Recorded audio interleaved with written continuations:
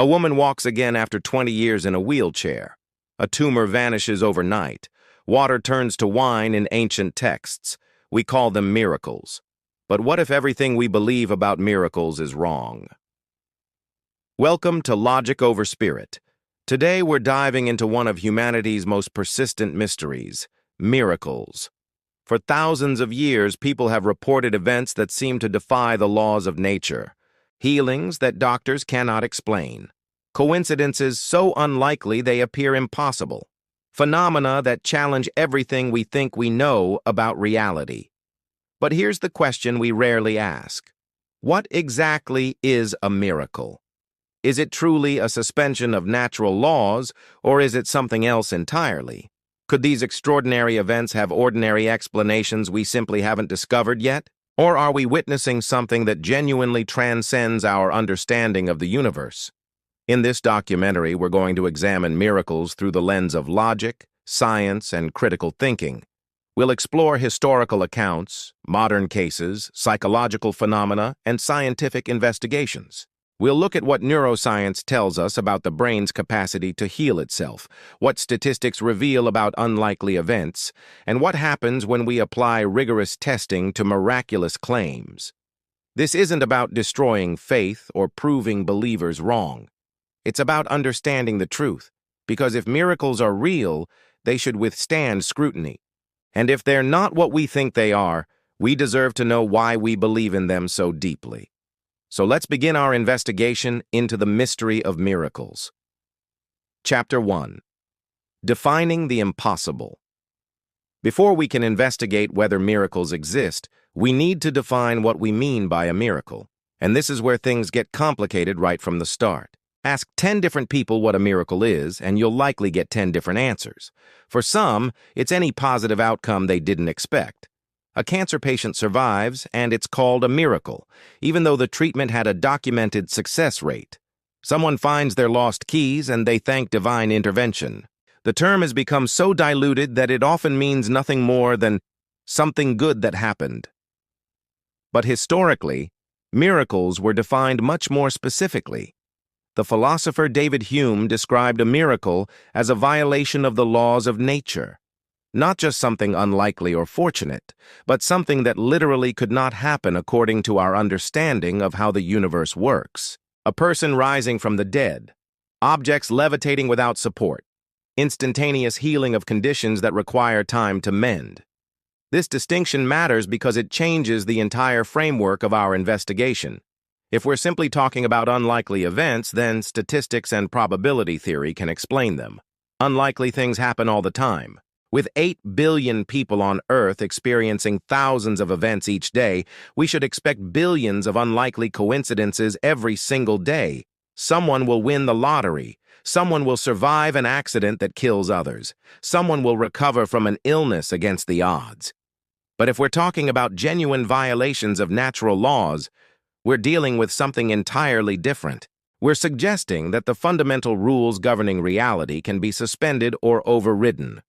And that claim requires extraordinary evidence. The religious conception of miracles typically falls into this second category.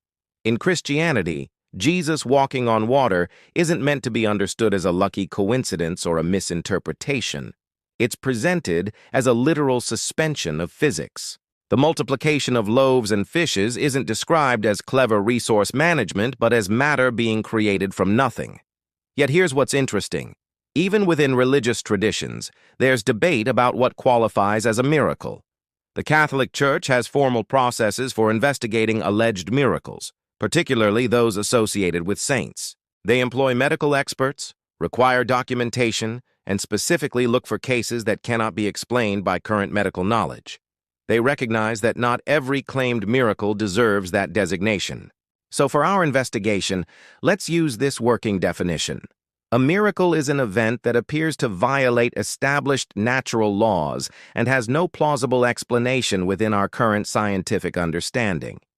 This definition is strict enough to be meaningful but open enough to allow for genuine investigation. Now that we've established what we're looking for, we can ask, do such events actually occur? And that brings us to our next question. How do we separate genuine mysteries from misunderstandings, exaggerations, and outright fabrications? Chapter 2. The Historical Record. Every major religion in human history has miracle stories woven into its foundation. They're not peripheral details. They're often the very reason people believed in the first place. Consider the Bible, which contains dozens of miracle accounts.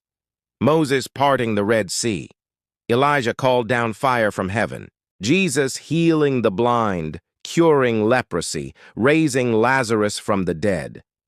The resurrection itself is Christianity's central miracle, the event upon which the entire faith rests. Without it, as the Apostle Paul himself wrote, Christian faith would be meaningless. The Quran describes Muhammad's night journey to Jerusalem and his ascension to heaven. Buddhist texts recount how the Buddha allegedly walked on water and multiplied food. Hindu scriptures contain countless stories of deities performing supernatural feats. Ancient Greek and Roman historians documented supposed miracles associated with their gods and emperors. But here's what we need to consider. These are ancient texts, written in times when people had dramatically different understandings of how the world worked. They lived before germ theory, before we understood genetics, before we knew about planets and stars and the vastness of the universe. Natural phenomena we now understand perfectly were mysterious and frightening to them.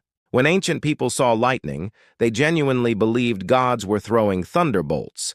When someone recovered from illness, they attributed it to divine favor rather than immune response. When earthquakes struck, they saw supernatural punishment rather than tectonic activity. Their framework for understanding reality was fundamentally different from ours. This context matters when evaluating historical miracle claims. We're not just dealing with eyewitness testimony. We're dealing with testimony filtered through a worldview where miracles were the default explanation for anything unexplained, where the distinction between natural and supernatural was fuzzy at best. Additionally, these accounts were typically written decades or even centuries after the alleged events occurred. The Gospels, our primary sources for Jesus' miracles, were written 40 to 70 years after his death. That's multiple generations of oral transmission before anything was written down. And during oral transmission, stories change. They get embellished, details get added, modest events become dramatic ones. We see this pattern in controlled studies of eyewitness testimony today. People who witness the same event will give different accounts immediately afterward. Ask them again a year later, and their stories have changed further. Memory is not a video recording, it's a reconstruction, and each reconstruction incorporates new elements while losing old ones. Then there's the issue of motivation. Religious texts weren't written as neutral historical documents. They were written to convince people, to convert them, to strengthen faith. They had theological agendas. We shouldn't be surprised that they emphasize miraculous elements. Those are the stories that spread and convince. But let's be fair, the age and religious context of these accounts doesn't automatically mean they're false. It means we should be cautious about accepting them uncritically. And it means we should look for better evidence, which raises an obvious question. In our modern era, with billions of cameras, scientific instruments, and documentation systems, surely if miracles are real, we should have better evidence now than ancient texts can provide, right? This is where things get even more interesting, because the nature of miracle claims has changed in the modern era, and that change itself tells us something important. Chapter 3. Modern Miracle Claims. Welcome to the age of documentation, where nearly everyone carries a camera and where medical records track every detail of our health. If miracles occur regularly, we should be drowning in verified, documented cases. So what do we actually find? The most common modern miracle claims involve healing. Someone is diagnosed with cancer, prayed for, and later the cancer is gone. Someone is told they'll never walk again, but months later, they're walking. Someone's chronic pain disappears after visiting a holy site. These stories circulate widely in religious communities and on social media. Let's examine what happens when we investigate these claims carefully. Take the case of healing services, where preachers claim to heal people on stage in front of large audiences. These events are dramatic. People throw away crutches, leave wheelchairs, declare themselves healed of various ailments. Millions of people witness these healings, either in person or through broadcasts. But when skeptical investigators follow up on these cases, a pattern emerges. Many of the healed people never had the conditions they claimed to have. Some were experiencing temporary relief from psychosomatic symptoms, only to have their conditions return later. Others had conditions that naturally fluctuated, and their improvement was simply part of their normal cycle. When investigators try to find even one case of an amputee growing back a limb or a person with Down syndrome being cured, they find nothing. The miracles seem to conveniently limit themselves to conditions that can have psychological components or that medical science can't verify on the spot. This is suspicious. If divine power can heal, why only certain types of conditions? Why never anything that would be absolutely, undeniably miraculous? Let's look at Lourdes, one of the most famous miracle sites in the world. Millions of sick people have visited this French town, hoping for miraculous healing. The Catholic Church has investigated thousands of claimed healings there. Over more than 150 years, they've officially recognized fewer than 70 as genuine miracles. Think about that ratio. Millions of visitors, thousands of claims, fewer than 70 recognized. And even those recognized cases are controversial. Medical experts who've reviewed them note that the conditions healed were things like tuberculosis, multiple sclerosis, and other diseases that, while serious, can sometimes spontaneously remit or be misdiagnosed. Not a single case of a clearly amputated limb regrowing.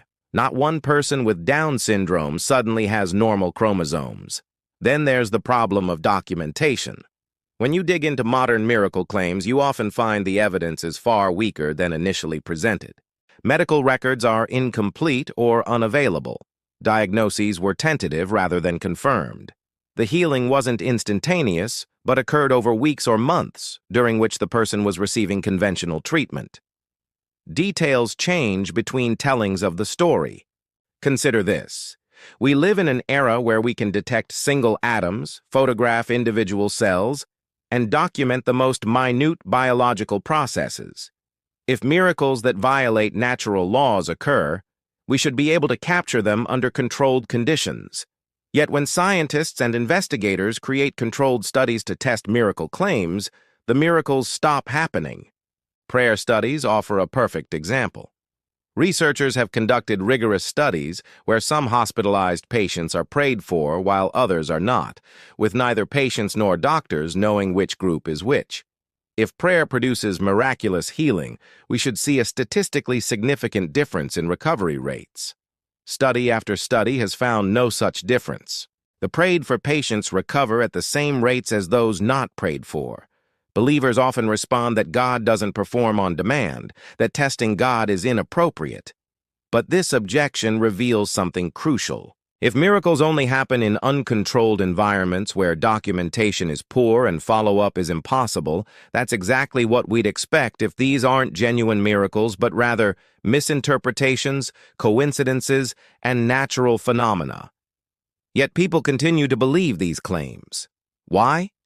What makes miracle stories so compelling even when the evidence is weak?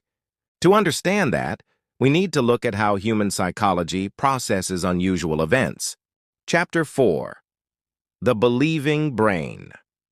Here's an uncomfortable truth. Your brain isn't designed to find the truth.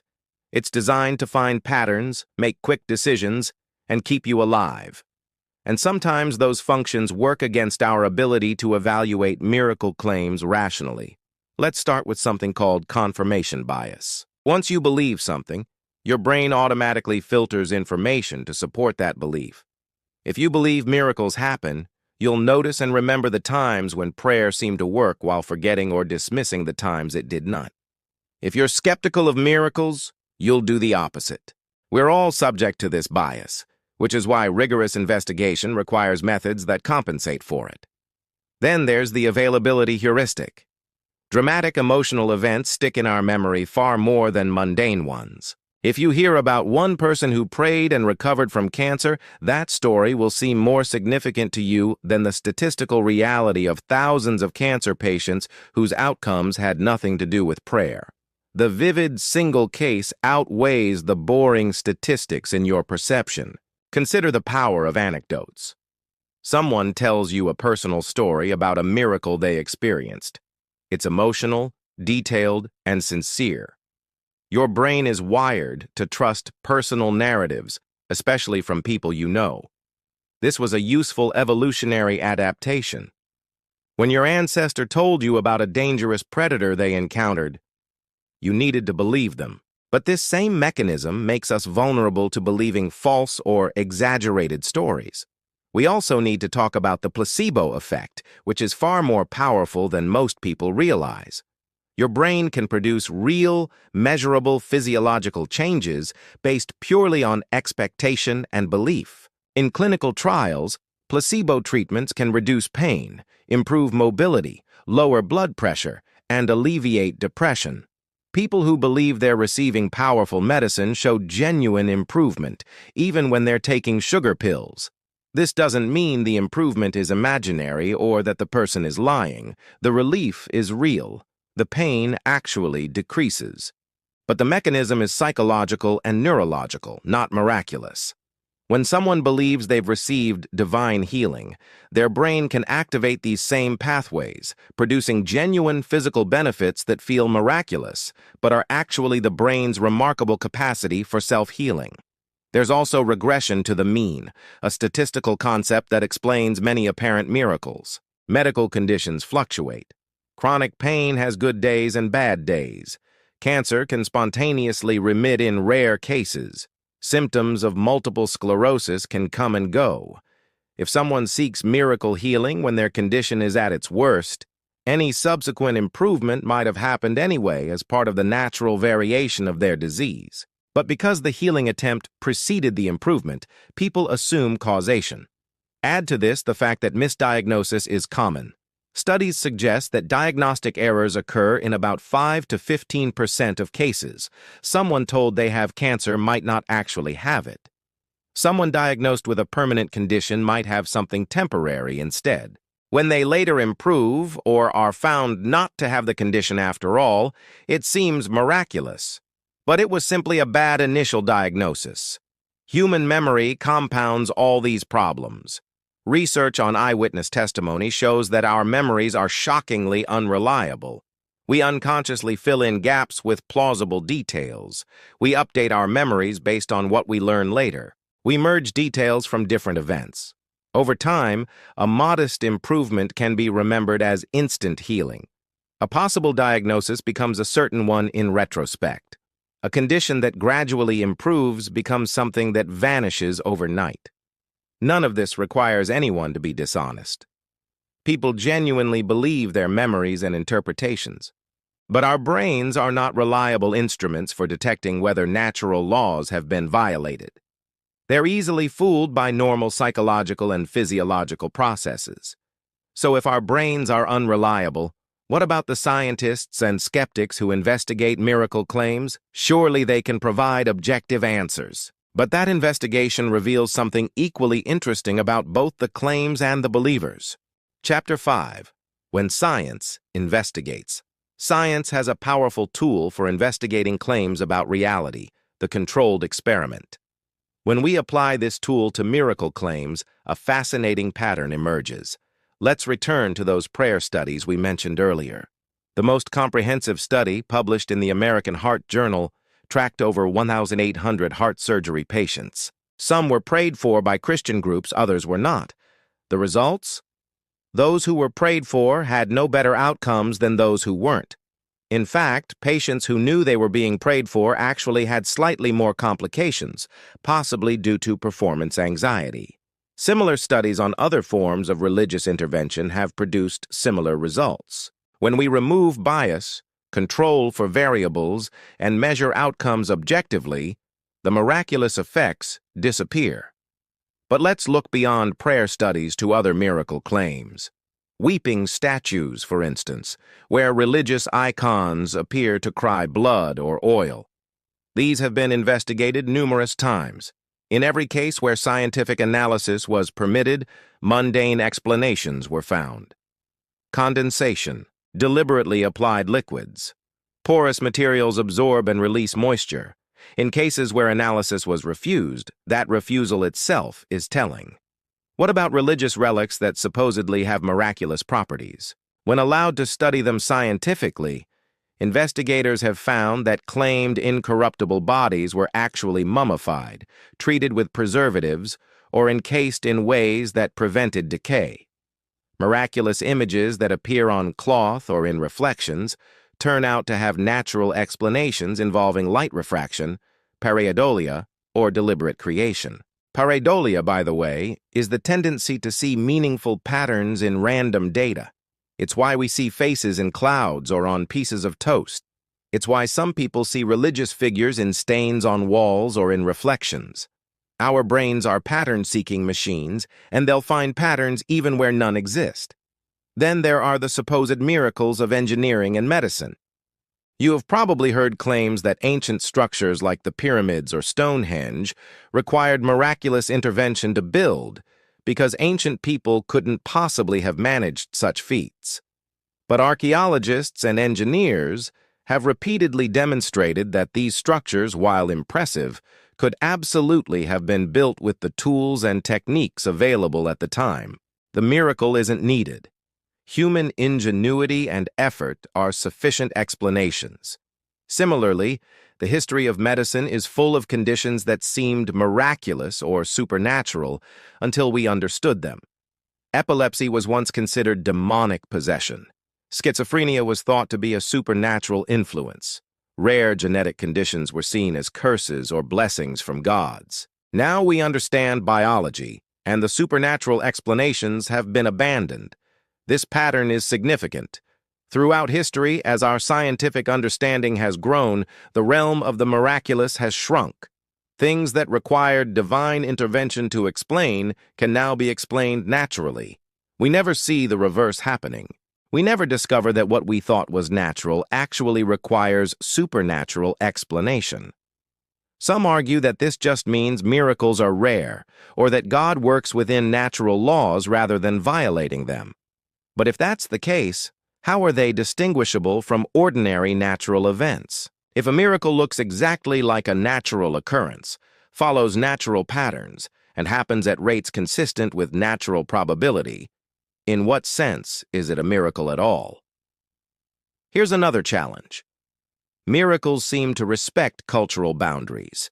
Christians report Christian miracles, Muslims report Islamic miracles, Hindus report Hindu miracles. The specific details match the believer's religious background. If miracles were genuine manifestations of the supernatural, we might expect them to be religiously neutral or to convert people across religious lines more often. Instead, people overwhelmingly experience miracles that confirm the religion they already believe in. Scientists investigating miracles have also noted the problem of diminishing miracles. In ancient times, miracle claims were grandiose: parting seas, raising the dead, calling down fire from heaven. In medieval times, miracles became more modest: weeping statues, incorruptible bodies.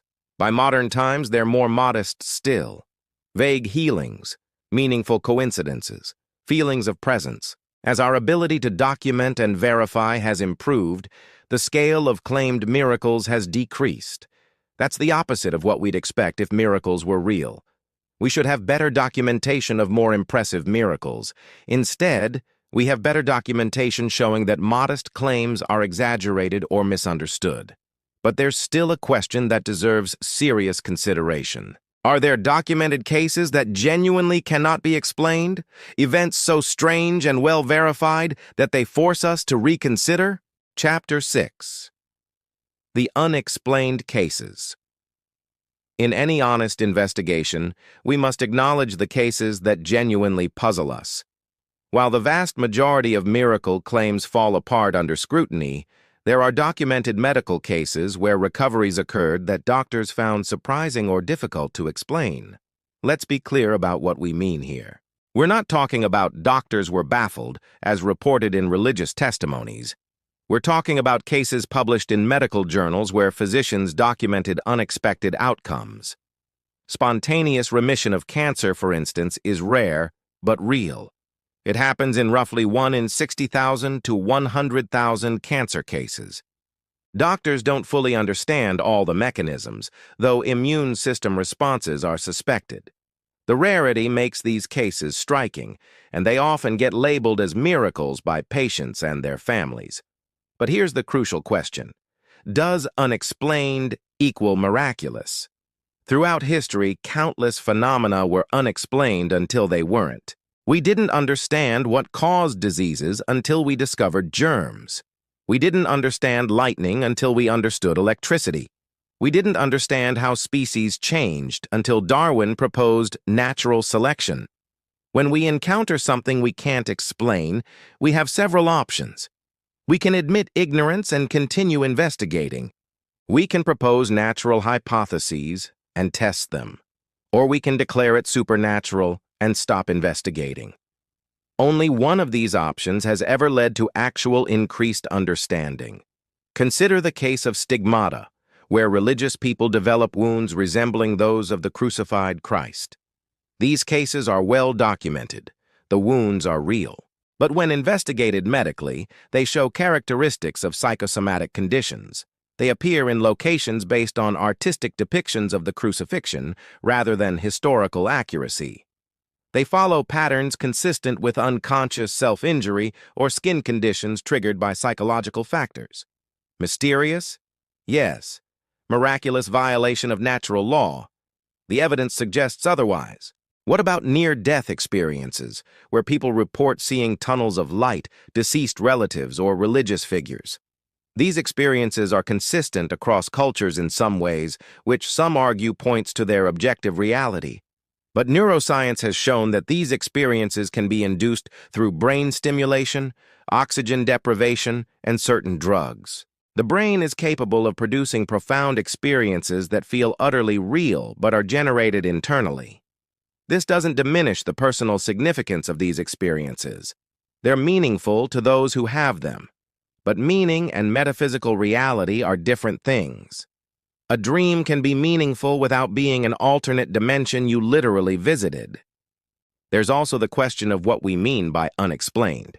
In medicine, unexplained usually means we do not understand all the factors that contributed to this outcome, not this violated the laws of physics.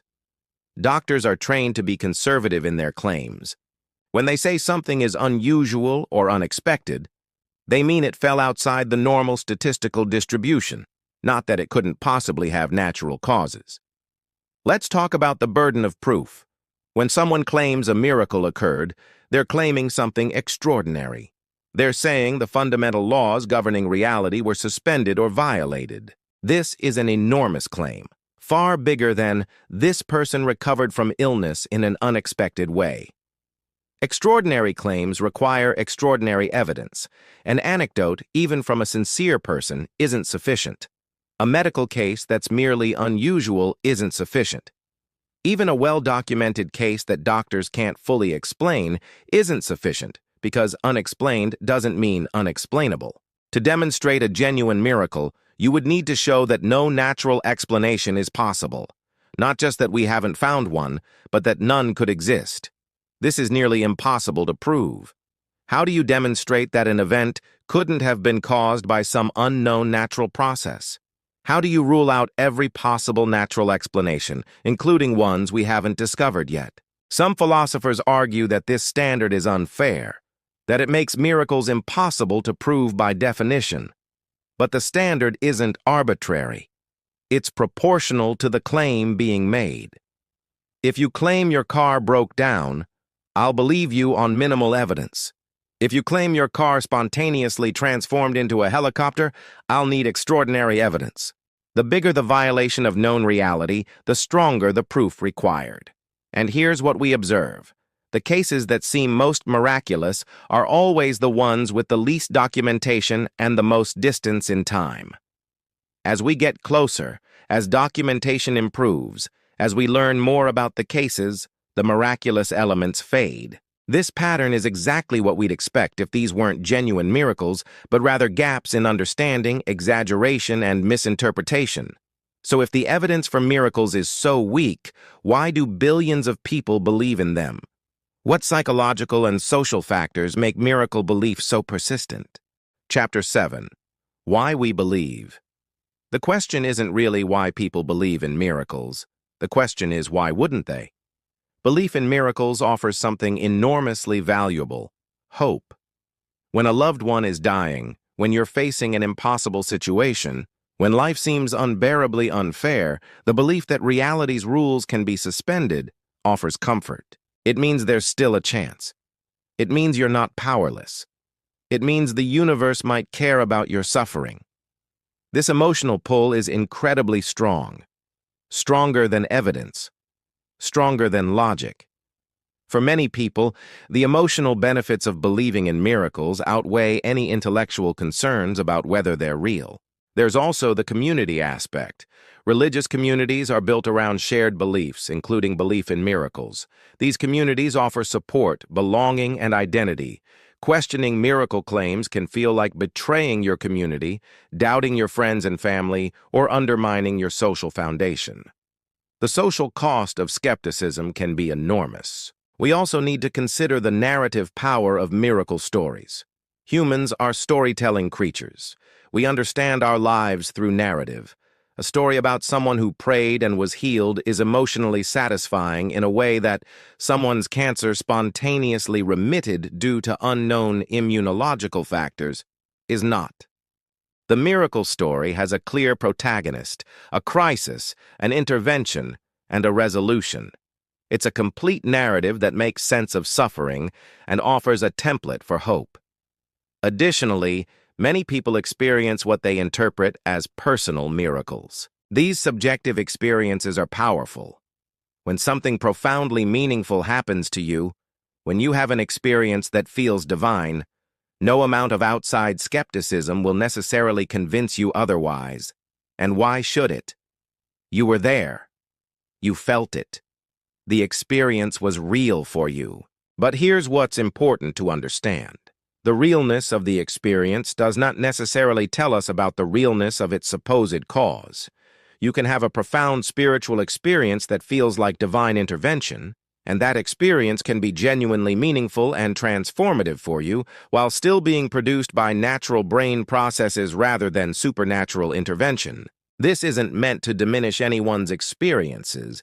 It's meant to separate the question, did this experience happen, from what caused this experience. The first question is about your subjective reality. The second is about objective reality. They're different questions requiring different types of evidence. There's also something called the illusion of understanding. When we have an explanation for something, even a wrong explanation, it feels better than having no explanation at all. God performed a miracle provides a sense of understanding and closure.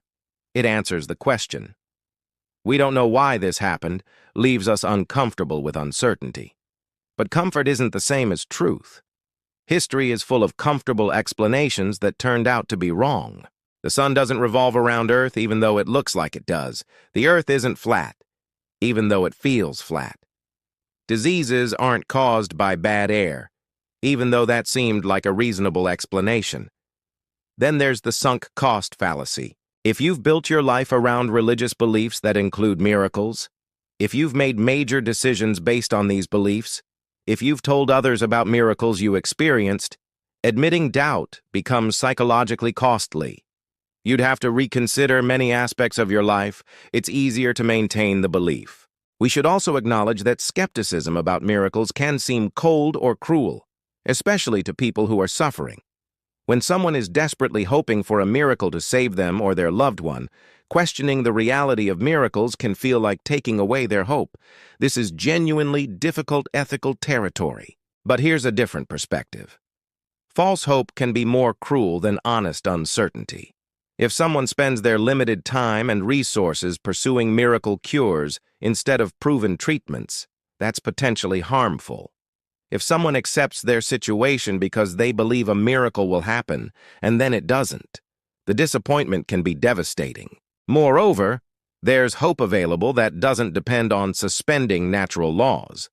Hope in human capability, in medical science, in our capacity to support each other, in finding meaning even in difficult circumstances. These forms of hope are grounded in reality, which makes them, in some ways, more reliable. The persistence of miracle belief, despite weak evidence, tells us something profound about human nature. We want the universe to be more than blind physics. We want our lives to matter cosmically. We want death to not be final. We want justice even when it doesn't exist. Miracles offer all of this, but wanting something doesn't make it real. And that brings us to the final question. In a world without miracles, what does that mean for how we live? Chapter 8. Living without miracles. If we accept that miracles, as traditionally defined, probably don't occur, does that make life less meaningful? Does it leave us in a cold, purposeless universe? Many believers worry this is the implication of skepticism about miracles. But consider this alternative perspective. Reality is actually more wondrous without miracles than with them. Think about what the natural world actually is. You exist because of billions of years of cosmic and biological evolution. The atoms in your body were forged in the cores of dying stars. Your consciousness emerged from the most complex structure we know of in the universe, the human brain, with its 86 billion neurons creating trillions of connections.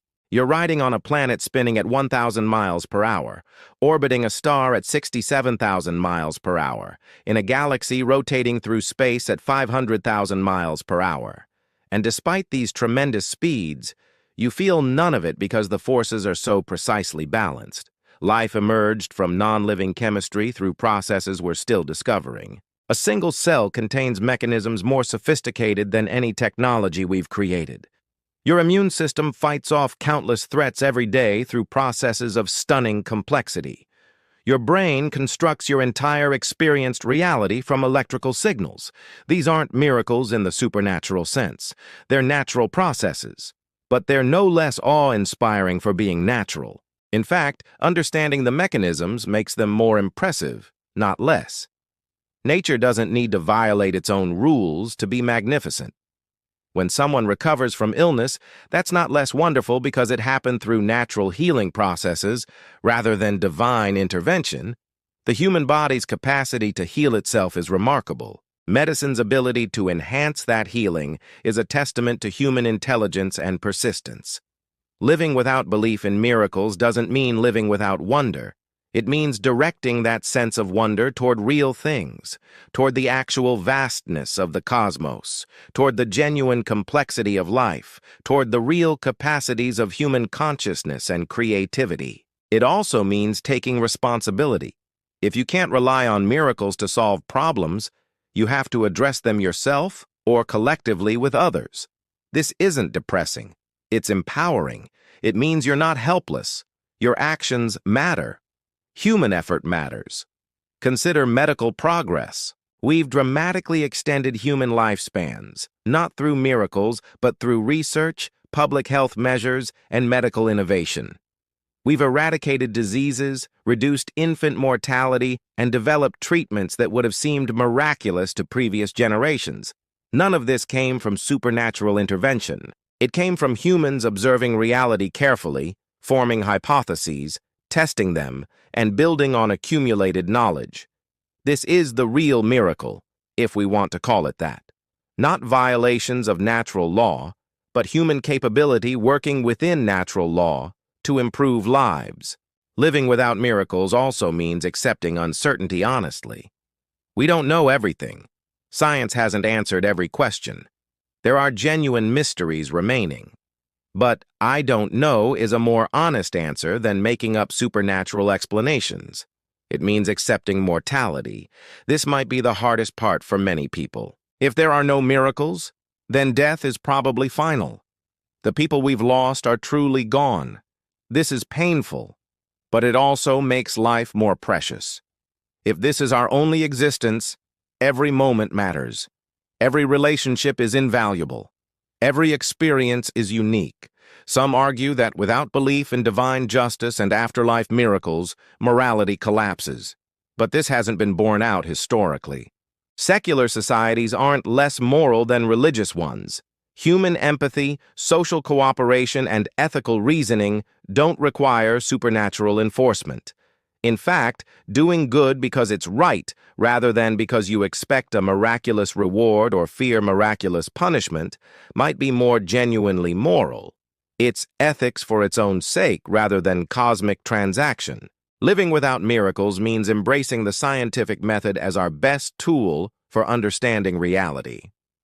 Not because science is perfect or knows everything, but because it's the only method that consistently corrects its own errors and increases our understanding. Every technology you use, every medical treatment that works, every accurate prediction of natural phenomena comes from this method. It means being skeptical without being cynical, questioning claims without dismissing every unusual experience, demanding evidence while remaining open to new discoveries. This balance is difficult but important. Perhaps most importantly, living without miracles means finding meaning in reality itself rather than in supernatural additions to it. The love you feel for others is no less real because it's produced by neurochemistry rather than divine spark. Beauty is no less beautiful because we can explain why certain patterns please our brains. Meaning isn't less meaningful because we create it ourselves rather than receiving it from above. In the end, the question isn't really whether miracles exist. The question is whether we can face reality honestly and still find life worth living. Whether we can accept our place in the natural universe and still experience wonder, purpose, and connection. And billions of people do this every day. They live without relying on supernatural intervention. They find meaning in relationships, in work, in art, in discovery, in helping others. They face mortality with courage. They accept uncertainty with grace. They create their own purpose rather than receiving it from above. This isn't cold or empty. It's human. And humanity, when you really look at it, is quite extraordinary all on its own. No miracles required. Conclusion. So where does our investigation leave us? After examining the historical record, modern claims, scientific studies, psychological factors, and philosophical implications, what can we conclude about miracles? The evidence suggests that miracles, as traditionally defined, probably don't occur. Events that seem miraculous typically have natural explanations involving misunderstanding, coincidence, exaggeration, psychological factors, or gaps in our current knowledge. When we apply rigorous investigation to miracle claims, the miraculous elements consistently fade. This doesn't mean everyone claiming to have experienced a miracle is lying or deluded. Subjective experiences are real to those who have them, but the interpretation of those experiences as supernatural is almost certainly wrong. It also doesn't mean there aren't still mysteries in the universe.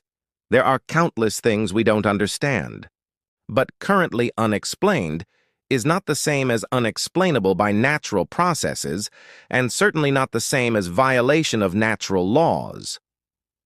For those who find comfort, community, and meaning in religious belief, this investigation isn't meant to destroy that.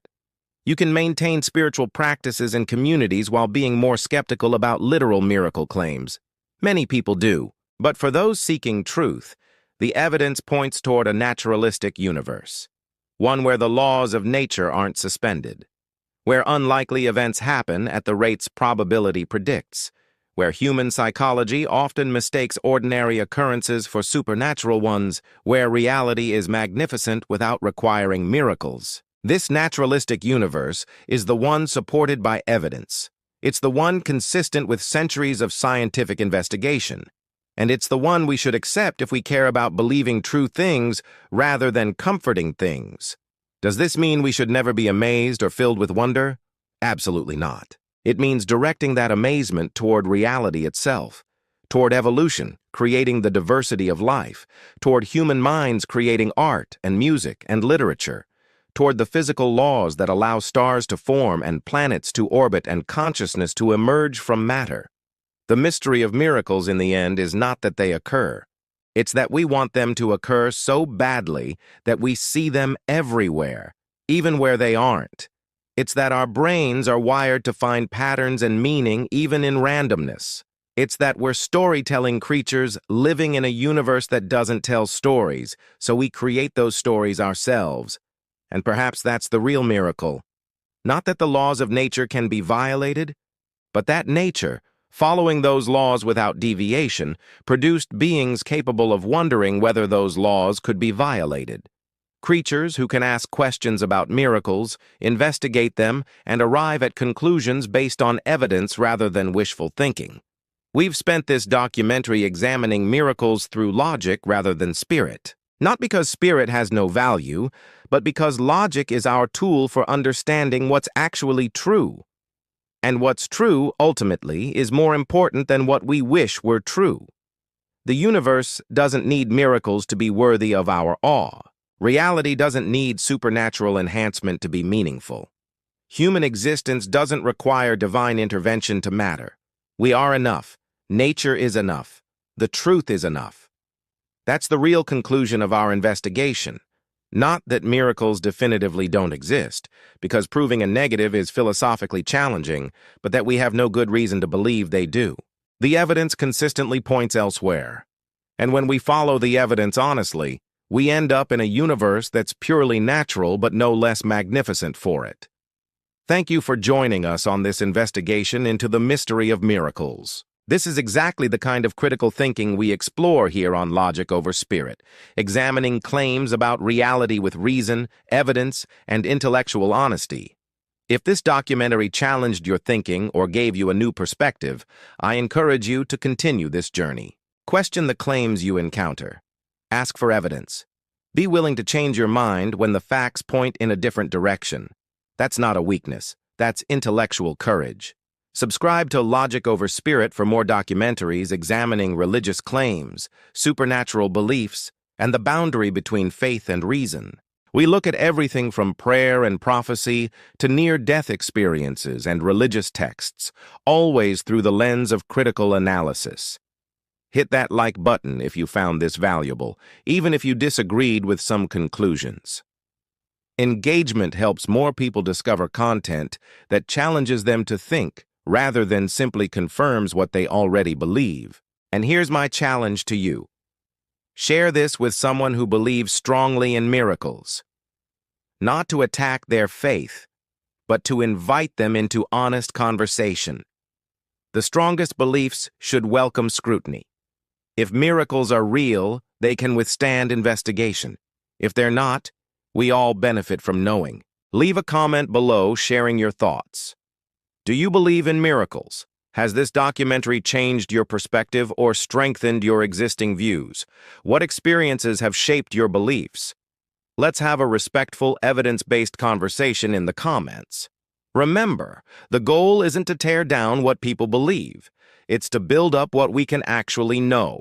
It's to separate what we wish were true from what actually is true. Because living in reality, no matter how challenging that reality might be, is always better than living in comforting illusions. Truth is what remains when you strip away the stories we tell ourselves. And the truth, I believe, is beautiful enough on its own. Until next time, keep questioning. Keep investigating. Keep choosing logic over spirit when you're trying to understand what's real. This has been Logic Over Spirit. Thanks for watching.